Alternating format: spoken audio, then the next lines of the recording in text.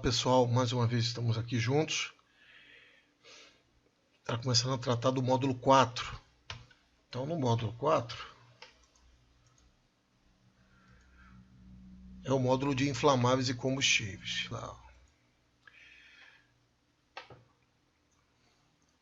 Essa aqui que vocês estão vendo, começando com o número 20, 20.3, 20.3.1, se refere a NR20. Então é uma norma de segurança que trata de armazenamento, transborno, transferência, manipulação, movimentação de produtos inflamáveis, produtos perigosos, inflamáveis e combustíveis. E ela dá uma definição do que é líquidos inflamáveis.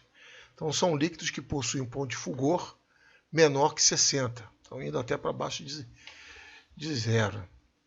20.3.2 fala da definição dos gases. Já a NTT não dá definição sobre isso, mas aqui dá a definição.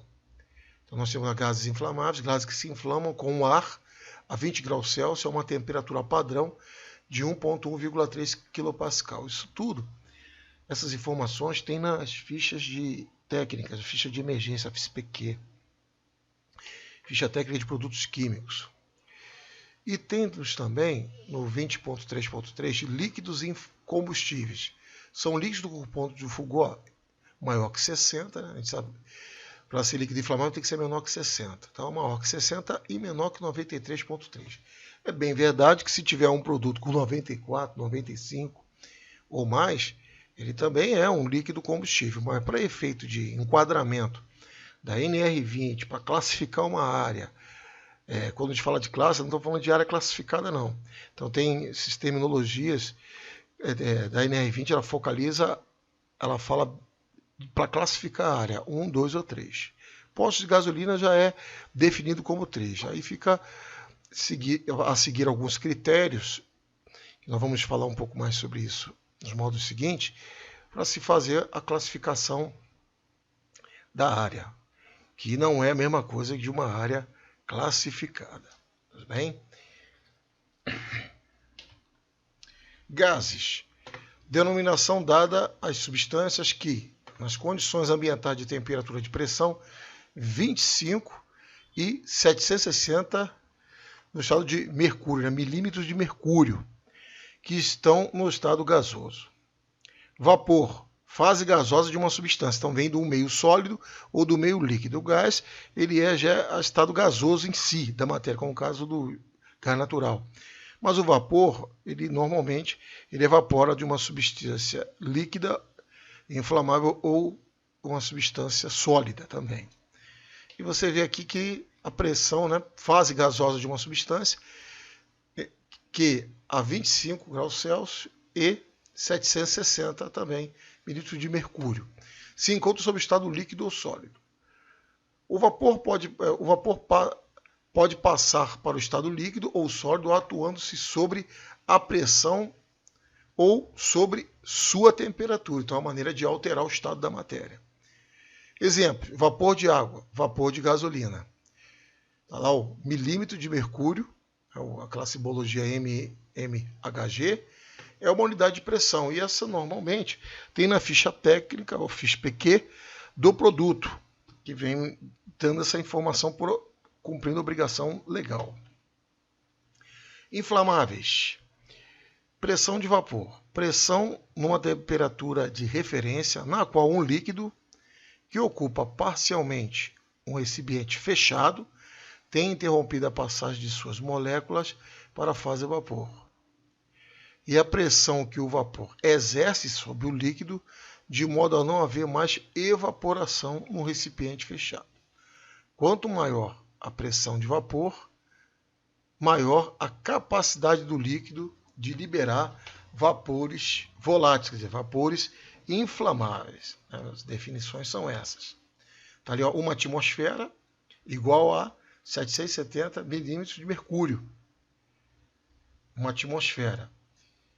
Se uma atmosfera igual a 770 milímetros de mercúrio, e 770 dividido por 2 é igual a 380, então 380 milímetros de mercúrio, que é igual a meia atmosfera, só para dar um exemplo. Então, 380 de mercúrio, meia atmosfera, 95 milímetros de mercúrio igual a 0,125 atmosfera, certo? Então, são referências, alguns exemplos para fazer os cálculos de atmosfera. A concentração de vapor de uma substância a uma determinada temperatura não pode aumentar indefinidamente, claro, senão ela se transforma.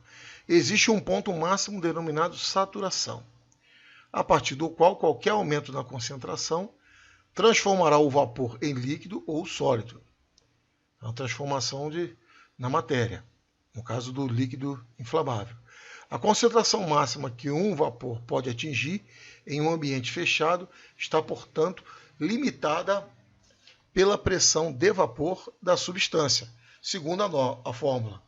Essas pressões de vapor, como eu já falei, vou reiterar, na parte que a gente formos estudar os 15 itens da FISPQ, nós vamos estar vendo esses pontos aí de maneira bem objetiva, que é a informação inicial que o projetista, o homem da segurança do trabalho, o profissional de segurança, seja engenheiro ou técnico, ou quem vai operar, precisa ter consciência disso, até que vai receber o almoxarifado, que vai manipular, pessoal que vai fazer uma limpeza dentro de recipiente, precisa ter esses conhecimentos, só vai ter através de treinamentos obedecendo às normas. Então, a concentração em percentual, você está vendo aqui, ó, vê bem que a gente vai mostrar uma imagem mais à frente, a pressão de vapor, em milímetros de mercúrio. Então, nós temos a concentração igual a pressão de vapor por 760 vezes 100, vai se dar esse resultado, é a fórmula. Aqui mostrando de uma maneira mais didática, inflamáveis e combustível. Então, você está tendo aqui, numa temperatura de 20 graus, então existe o quê? Uma pressão de vapor de 17.535 milímetros de mercúrio, pouca coisa. Aqui a 50 graus, já tem isso aqui. A 760 graus, que é o padrão, ó, nós temos 100%. Então tem 760 mililitros de mercúrio, certo? De pressão de mercúrio. Então isso significa mililitros de mercúrio. Significa que a pressão de trabalho dele, para ficar nessas condições, e tem que ser mantida nisso. Aí vamos pensar em termos de equipamentos. Em termos de equipamentos, existem equipamentos que o trabalho dele, você precisa ter manômetros instalados, pressostatos instalados, e dando a faixa de aferidos na faixa de trabalho que ele precisa estar atuando. A CDU ele vai fazer a atuação. Esses instrumentos eles têm que ser instalados em alguns equipamentos. Nós vamos ter uma tarefa na parte de análise de risco, tanto de análise de risco quanto análise de perigo, para você que está participando desse curso, você que está como aluno nesse curso, você fazer uma tarefa dessa. Vai ser importante para se colocar medidas de controle num reator químico. Tudo bem? Então vai se preparando aí mais para frente. Aí nós vimos aqui, ó, mostrando aqui o exemplo, pressão de vapor de mercúrio, a pressão de vapor, e vai subindo. Então tem aqui a faixa, ó, entre 760 até 800. Então está aqui 760. Vem até aqui na curva do gráfico, temos 100% de temperatura. Então aqui é o ponto aonde tem a pressão de vapor. Seguindo à frente, inflamáveis e combustíveis. Isso aqui eu estou só relembrando a vocês. Nós informamos diversas normas, um conjunto de normas, seguindo essa sequência numérica, 17505, que é sobre líquidos inflamáveis e combustíveis. Tem também o decreto-lei, que trata da NTT, é o 96044, a NTT 420, tem outros documentos, outros decretos que já saíram, criando atualizações, produzindo atualizações, de transporte de produtos perigosos. Então depende, como já falei desde no começo das nossas apresentações, o tamanho do problema. Eu já trabalhei em empresas que eu tive que focalizar essa parte também, adequar veículos para transporte, ver a questão de fiscalização da Polícia Federal, A questão ambiental também, que se tiver um vazamento de uma substância dessa, vai gerar um impacto ambiental, conhecer as multas, conhecer como consegue lá se comunicar com o órgão ambiental na questão de ter as devidas autorizações para transportar essas substâncias, a capacitação para o motorista, para o transportador, as quantidades que vão ser, o que é pertinente. Então, e muitas das vezes a empresa utiliza, ela leva produto para outras bases dela, ou às vezes ela fornece dentro da sua unidade, abastece veículos. Então depende muito do seu cenário para a gente estar trabalhando todos esses detalhes. Aí se for um caso desse, você tem um posto de gasolina, já está enquadrado na classificação 1, mas vamos supor que a tua instalação faça um inventário e se tenha uma quantidade de substância que enquadra ela como classe 2. Então, não é botar classe 1 e 2, a 2 já está incorporando a 1 aí nesse caso. Então, é preciso se saber o tamanho do problema. Que eu peguei empresas assim, empresas que só utilizavam o produto armazenado, a norma fala sobre isso, não era o negócio da empresa, era como fosse um insumo, né, substâncias para simplesmente fazer o processo. Tem empresas que produzia esse produto, era fabricante do produto inflamável. Outras contratavam transportadoras para entregar, aí já entra a NTT. Então tudo isso aí precisa ser visto e analisado de maneira ampla e ver realmente qual é o problema para se trabalhar em cima dele especificamente. Inflamáveis, combustão. Aqui já vem um pouquinho das informações do incêndio. Combustão, reação química de oxidação exotérmica favorecida por uma energia de iniciação. Quando os componentes combustível e oxidante, geralmente o oxigênio no ar, se encontram em concentrações apropriadas, que é a reação química que acontece. Então, a combustão é isso. Faixa de inflamabilidade e ou explosividade. Concentração do gás, o vapor inflamável, em mistura com o ar, situada entre o limite inferior e o limite superior de explosividade. Nessa definição, limite de inflamabilidade ou explosividade está no mesmo contexto de aplicação. Isso quer dizer o quê? Nós temos aqui, mostrando mistura pobre e mistura rica. Então, toda substância, nós vamos falar bastante sobre isso, que é uma informação de alta relevância para fazer o nosso trabalho na área classificada. Então, nós temos aqui a mistura pobre, está aqui, está definido como magra, é uma mistura pobre. Nesse caso aqui, existe mais o que? Oxigênio em concentração bem maior do que o vapor inflamável, né? A substância inflamável no ar.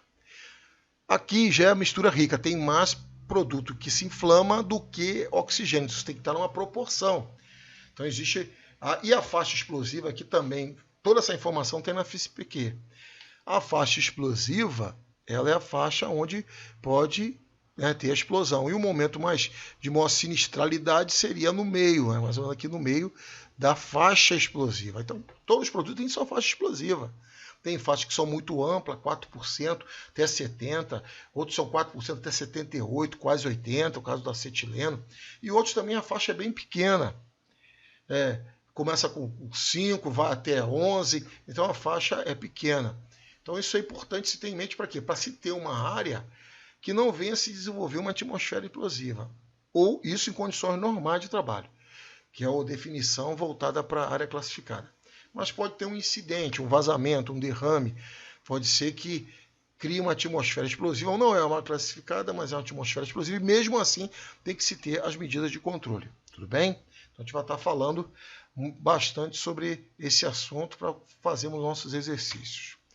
Então aqui é o final do nosso vídeo 1 do módulo 4. Então obrigado a todos. Até a próxima.